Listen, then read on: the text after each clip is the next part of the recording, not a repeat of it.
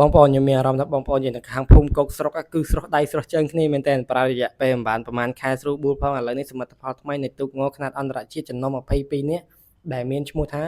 សវណ្ណរិទ្ធីស្រីសមានជ័យគឺចាប់ដើមឡើងគំនូទៀតហើយអូលឿនមែនទែនបើតាមចាំគឺធ្វើតែមួយខែកន្លះទេក្រោមថ្វីដៃរបស់មេជាង3រូបដែលសិតសឹងតែជាកូនចៅរបស់លោកតាកែវប៉ាល់ផ្ទាល់តែម្ដងនោះគឺលោកពូប៉ាល់កំសុនប៉ាល់កំសៅនិងប៉ាល់កំជុនហើយពួកគាត់ទាំង3រូបកំពុងតែគូសគំនូផ្ទាល់តែម្ដងអូទំនងមែនតើបងប្អូនយល់បែបណាសម្រាប់ទូកងខាងលើជាទូកងខ្នាតអន្តរជាតិមួយរបស់បងប្អូនយើងនៅខាងភូមិកោកស្រុកឃុំតាំងក្រសៅស្រុកប្រាសាទសម្បូរខេត្តកំពង់ធំផ្ទាល់តែម្ដងបងប្អូនរឿងមួយទៀតគឺសំខាន់មែនតើគឺ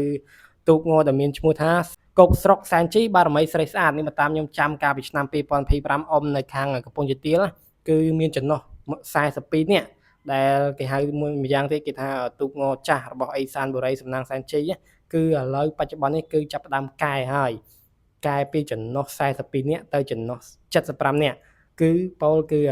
មានតែថែមក្បាលថែមកតុយរបស់មេជាងផ្ទាល់តែម្ដងអញ្ចឹងបងប្អូនចាំអត់មើលថាលបឿនបន្ទាប់ពីកែទៅជាយ៉ាងណាគំនូទៅជាយ៉ាងណាមានតែចាំតាមដានឯងអញ្ចឹងសំខាន់អ្វីដែលសំខាន់ស្រុកប្រាសាទសម្បូរយើងគឺកើនចំនួនទូកមួយទៀតហើយគឺចំណុះ75នឹងតែម្ដង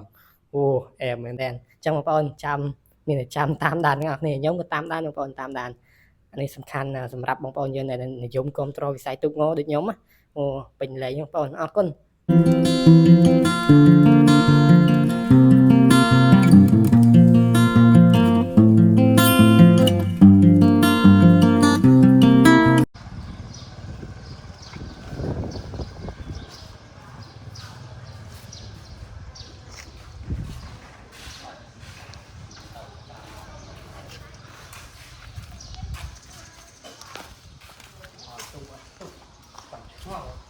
จะทอดกล้องเพื่อวัดตุ๊ดเล่นยี่อะไรเดินจะทอดดีล่ะ